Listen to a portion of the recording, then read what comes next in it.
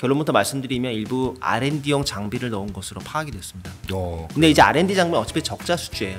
이게 중요한 게 아니라 양산용 장비를 넣어야 되거든요. 그렇죠. 그러기 위해서는 전체 한화가 가지고 있는 배터리 장비에 대한 어떤 역량을 올릴 필요가 있다고 판단한 것으로 보입니다. 근데 이런 것들은 사실 한화보다는 삼성이나 LG 쪽에 있는 인력들이 훨씬 잘 알거든요.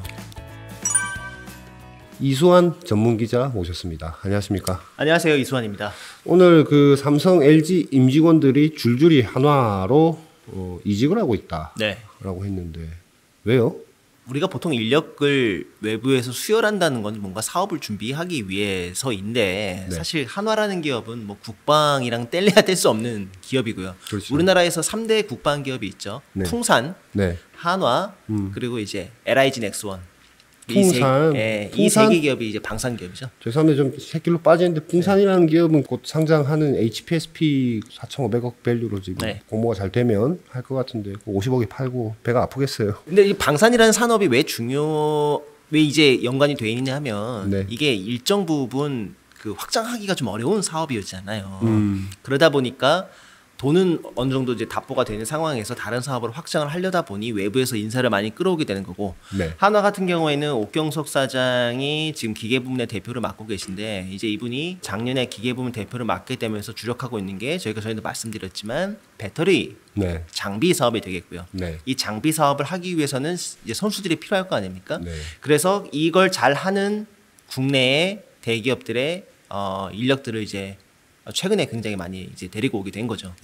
얼마나 많이 갔는지는 뭐 사실은 우리가 다 파악할 수는 없죠. 그 내부의 인사팀이 아니면 얼마나 많이 갔는지는 뭐 전체적인 몇 명이 갔는지 뭐 정확하게 알 수는 없지만 꽤 많이 가고 있다면서요. 지금 정확한 숫자는 알 수 없지만 이쪽 배터리 후방 산업계에서 말씀하시는 것들을 들어보면 정말 수십 명 단위인 것 같습니다. 아, 그래요? 수십 명 단위. 일반 직원들은 아닐 테고. 일반 직원들까지 포함하면 거의 한 뭐 주자릿수 이제 100명 단위까지 갈 수도 있을 거라고 추정은 하지만 특히 올해 들어서 이직한 인력들의 공통 분모가 있어서 오늘 좀 말씀을 드리고자 합니다. 일단 그 올해 한화의 기계 부문의 배터리 장비에서 가장 핵심적인 공략 고객사가 있습니다. 바로 스웨덴의 노스볼트가 되겠습니다. 노스볼트를 공략을 하기 위해서 최근에 굉장히 많은 노력들을 많이 했고요. 결론부터 말씀드리면 일부 R&D용 장비를 넣은 것으로 파악이 됐습니다. 근데 이제 R&D 장비는 어차피 적자 수주예요.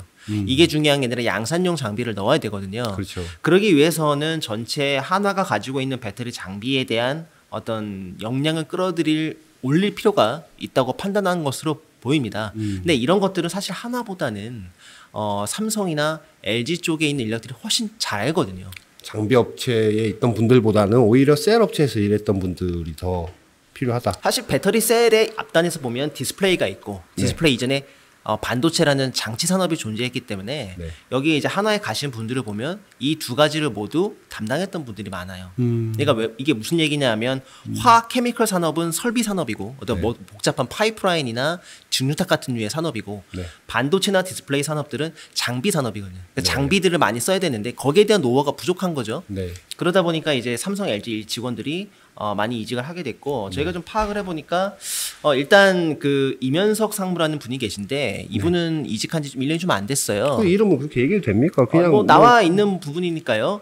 일단 이분은 삼성전자 DS 부분의 연구소 설비기술 개발팀에 수석을 하셨던 분이고요. 여기까지는 알려져 있는 부분인데 올해 이직한 분들을 보게 되면 재밌게도 삼성전자 생기원 생산기술연구소에 있던 그러니까 AGV가 이제 우리 로봇 조그맣게 쫄쫄쫄 흘러가는 애들이잖아요. 거기 로봇 센터장을 했던 서종희 상무가 이직을 했고 그 다음에 이제 이분이 어떻게 보면 핵심 키맨이 되겠는데 권기석 상무라는 분이 LG전자 생기원 이분도 PRI 출신인데 이분이 이직을 한 게 좀 컸어요. 왜냐하면 이분이 직전의 커리어가 LG 에너지 솔루션 상근 자문을 하셨던 분입니다.